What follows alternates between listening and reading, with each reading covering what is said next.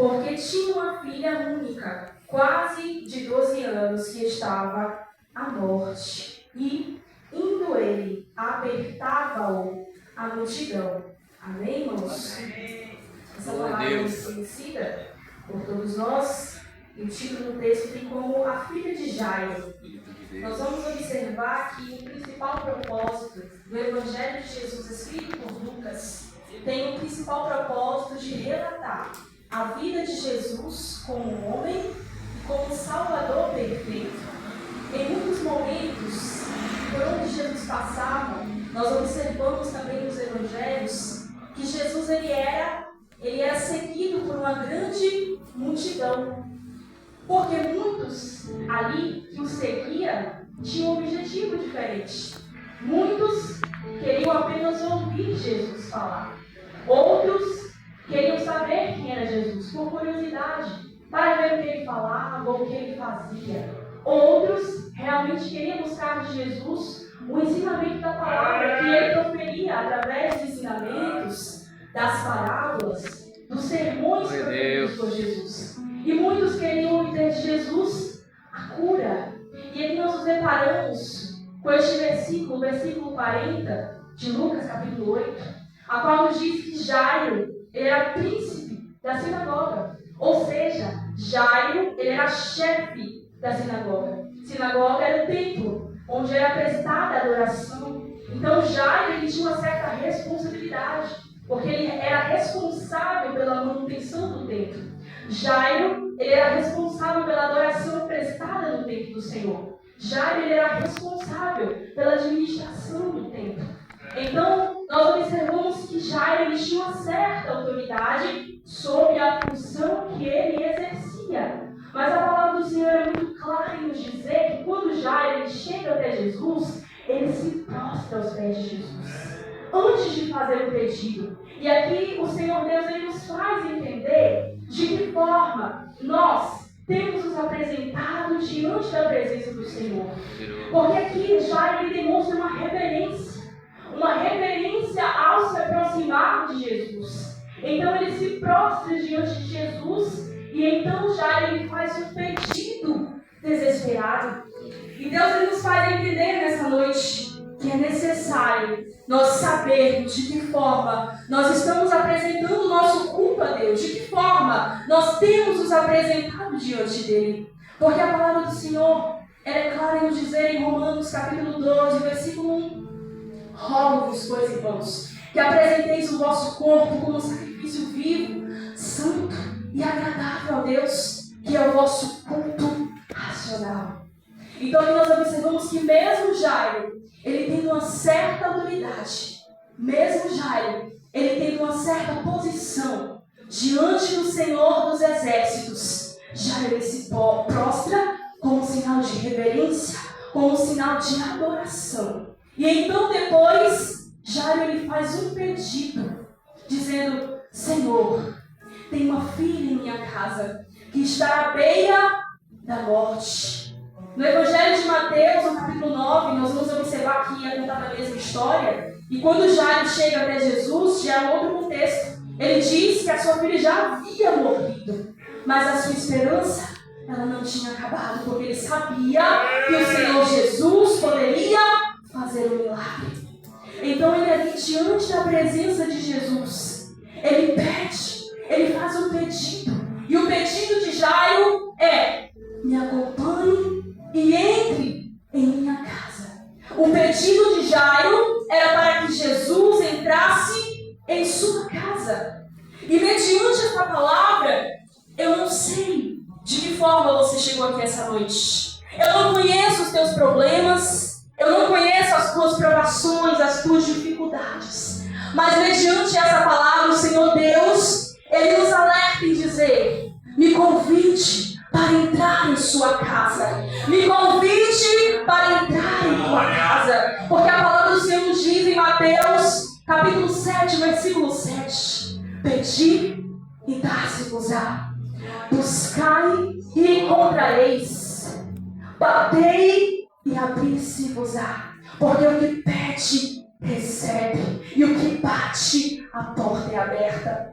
Em Apocalipse capítulo 3, no versículo 20, o Senhor Jesus está dizendo: eis que estou à porta e bato. Se alguém ouvir a minha voz e abrir a porta, eu entrarei em sua casa e com ele cearei e ele comigo. Jesus vai estar esperando uma atitude minha, uma atitude sua. Porque mediante essa provação, mediante essa dificuldade, mediante este problema, Deus, ele tem uma solução. Mas depende de mim, mas depende de você, de nos prostrar diante da presença do Senhor, de nos apresentar como um sacrifício vivo, santo, agradável a Deus, e de fazer um pedido, assim como Jairo. A palavra nos diz que ele roga ao Senhor, ele pede insistentemente que Jesus entrasse em sua casa. Então nós observamos que diante dessa caminhada de Jesus, a multidão que apertava, que oprimia Jesus, ali juntamente com Jairo, seus discípulos, observamos que vem um homem da casa de Jairo e o faz o desacreditar do que poderia acontecer. O faz desacreditar do milagre que Jesus iria realizar. Porque ele chega até Jesus e diante de Jairo ele diz: Jairo, não enfades mais o mestre, não incomodes mais o mestre, porque a tua filha já está morta. E aqui nós compreendemos algo importante. Mediante a nossa caminhada com Jesus, muitas pessoas em nossa volta, as circunstâncias, os problemas, as dificuldades, vão dizer que não. Vão dizer que não tem mais jeito. Vão dizer que não tem mais solução. Vão dizer que não devemos mais prosseguir, que não devemos mais continuar, porque já não há mais jeito. Já chegou no último estágio do que poderia chegar. A filha de Jairo já estava morta. Mas aqui nós observamos que Jesus estava do lado de Jairo. E é quando Jesus ele pronuncia uma palavra dizendo: Jairo, não temas, crê somente. Porque em nossa caminhada iremos ouvir muitas das vezes as vozes ou as circunstâncias que nos dizem que não vai dar certo, que nos dizem que não vamos alcançar o milagre da parte de Deus, ou a providência, ou a salvação da nossa casa. Mas aqui a palavra de Deus é muito clara em nos dizer que o Senhor libera uma ordem sobre a vida de Jairo, dizendo: não temas. Mediante a medo, mediante a aflição, mediante ao desengano, mediante aquilo que as circunstâncias te fez acreditar que não há mais solução, creia somente. Creia somente. E é isso que o Senhor nos diz nesta noite. Crer somente. Porque se nós formos olhar para a nossa volta, porque se nós formos olhar para os problemas, porque se nós formos olhar para as provações, ou para as circunstâncias, ou para as vozes que nos dizem que não, nós não vamos conseguir chegar. Nós não vamos conseguir alcançar o milagre ou a providência da parte de Deus. Mas quando eu e você tivermos os nossos ouvidos sensíveis para ouvir a voz do Senhor Jesus, certamente nós alcançaremos a vitória. Certamente nós alcançaremos a bênção, o milagre, a providência da parte do Senhor Jesus. Porque Ele continua sendo o mesmo. Observamos que o povo de Israel, lá em Êxodo capítulo 14, o texto nos fala que está diante do Mar Vermelho. O povo de Faraó, o seu exército, está vindo atrás. Moisés era o líder, ele estava ali, o povo começa a murmurar. Então nós observamos que mediante aquela situação, Moisés ele foi sensível à voz de Deus. Porque quando Moisés começa a dizer ao povo para eles simplesmente caminharem, é aí que o Senhor Deus responde para Moisés dizendo: Moisés, por que clamas a mim? Diga aos filhos de Israel que marche. Simplesmente devem continuar, simplesmente devem prosseguir, porque certamente o mar se abrirá e o povo passará em seco pelo meio do mar, e o povo de Faraó poço foi destruído. Esse é o Deus que nós servimos. Esse é o Deus que nos fala muitas vezes: não temas, porque eu sou contigo. Não te assombres, porque eu sou o teu Deus. Eu te esforço, eu te ajudo, eu te tomo pela tua mão direita e te digo: não temas, não temas. E era isso que Deus estava dizendo para Jairo. Imagina o coração desse pai, imagina o coração deste homem, sabendo que a sua filha estava morta, simplesmente desenganado. Mas o nosso Deus, ele é especialista em mudar diagnósticos. O nosso Deus, ele é especialista em mudar aquilo que já está determinado pelos homens, pela medicina, pelo advogado. Deus, ele é especialista em mudar trajetos. Deus é especialista em mudar diagnósticos. Então Jesus diz a Jairo: não temas, Jairo, crê somente e será salva. Então eles continuam caminhando. Interessante, que me chama muita atenção, no versículo 50, no versículo 51: e entrando em casa, ninguém deixou entrar senão a Pedro e a Tiago e a João e o pai da menina. Aqui nós observamos que quando Jesus ele chega até a casa de Jairo, a palavra nos diz que o povo estava ali chorando, pranteando, desesperados. No Evangelho de Mateus e Marcos também é contada a mesma história, e nós observamos que ali havia instrumentos, com certeza, tocando músicas tristes.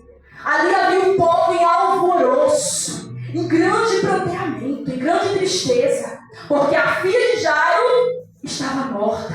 Mas quando Jesus chega ali, ele se depara com aquela situação.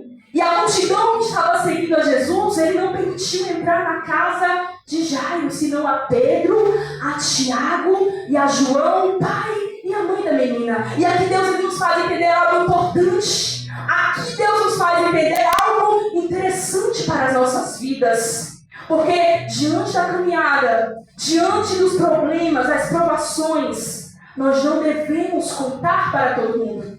Não é todo mundo, não é A, não é B que vai resolver os nossos problemas. E muitas das vezes nós temos buscado recurso de onde não teremos solução. Muitas das vezes temos contado as nossas dificuldades, as nossas provações, as circunstâncias difíceis para pessoas que não serão capazes de resolver o nosso problema. Mas quando nós decidimos ir ao encontro de Jesus, dobrar os nossos joelhos no secreto com o Pai e contar a Ele o que está acontecendo, Ele é capaz de resolver os nossos problemas, sejam eles psicológicos, mentais, seja no seu trabalho, seja na faculdade, seja na escola. O Senhor Deus, Ele está disposto e te espera no secreto para te ouvir, porque Ele é o teu Deus, mas Ele também é o teu Pai. E como Pai, Ele sabe muito bem como cuida do seu filho. Como Pai, Ele sabe muito bem como suprir as suas necessidades. Como Pai, Ele sabe muito bem como prover aquilo que você precisa. Como Pai, Ele sabe muito bem operar o milagre que você necessita da parte de Deus. E aqui nós observamos que quando Jesus chega ali, Ele não deixa ninguém entrar. Não é todo mundo que pode fazer parte da sua intimidade. Não é todo mundo que você pode permitir saber da sua história, dos seus projetos, dos seus sonhos. Não é todo mundo que tem o direito de entrar na sua intimidade. Mas precisa ter intimidade. Nós precisamos entender que nós precisamos ter intimidade. É com o nosso Pai Celestial. E saber selecionar pessoas que têm vida com Deus, para que nós então possamos assim pedir um conselho ou contar as dificuldades que estamos passando. Porque quando nós sabemos disso, quando nós temos conhecimento disso, o Senhor Jesus, Ele entra em cena e Ele resolve os problemas que estão em nossas vidas. Então aqui nós entendemos que quando Jesus ele chega na casa de Jairo, o povo está em grande alvoroço, o povo está chorando. Por quê? Porque aqui nós observamos que o medo, que a aflição, que a angústia, que a morte já havia tomado conta daquela casa. Mas Deus é especialista em mudar diagnósticos. E ali Deus sim, Jesus ele entra naquela casa. Então Jesus ele pede para aquele povo se retirar, porque a menina não está morta, mas ela apenas dorme. E ali aquele povo começa a rir de Jesus, porque eles sabiam que diante a lógica humana já não havia mais jeito, já não havia mais solução.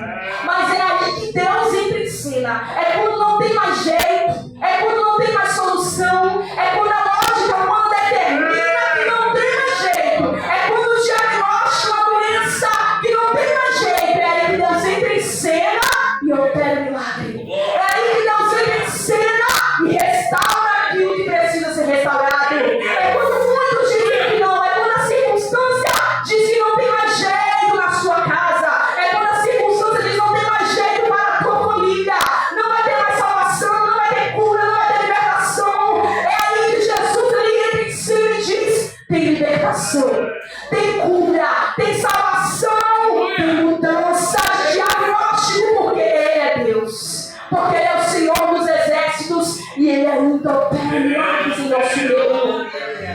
Então Jesus ele entra, e quando Jesus entra, o medo sai. O medo sai, a angústia sai, as aflições saem, a morte bate em retirada, porque o próprio Jesus diz: eu sou a ressurreição e a vida. Então Jesus ele entra ali e ele vai ao encontro daquela menina que já estava morta. Então entre os seus discípulos, os três mais próximos, a mãe e o pai da menina, entram no lugar em que a menina estava morta. Mas Jesus pega sobre a mão daquela menina e diz: Talita cumi, que significa: menina, levanta-te. E aquela menina então se levanta daquele leito de morte. O seu espírito, como diz a palavra, volta ao seu corpo. E ali a vida é devolvida àquela menina. Aí ela não sei aquilo que tem morrido dentro da sua casa, dentro do teu lar, no meio da sua família. Aí eu não sei aquilo que tem morrido dentro de você. Se é o teu chamado, se é aquilo que Deus tem te incomodado para fazer. Mas nessa noite Deus libera uma palavra de ordem, dizendo: levanta-te e volta-te à vida. Porque Ele é a vida e Ele tem interesse em trazer de volta, em restaurar aquilo que se perdeu. Porque Ele é Deus e Ele é especialista em mudar diagnósticos. Eu já estou concluindo, mas quero aqui contar um testemunho breve da minha vida. Eu tinha apenas 8 meses de idade quando eu estava desenganada pelos médicos. Meu pai não era evangélico naquela época, eu tinha apenas 23 anos de idade, minha mãe tinha 19. E ali, mediante aquela situação, com 8 meses de idade, eu ainda não havia sido apresentada na igreja, porque meu pai era muito rebelde, ele não queria ir até a igreja e me apresentar. E minha mãe não queria ir sozinha, né? Então, mediante aquela situação, uma enfermidade me assolou.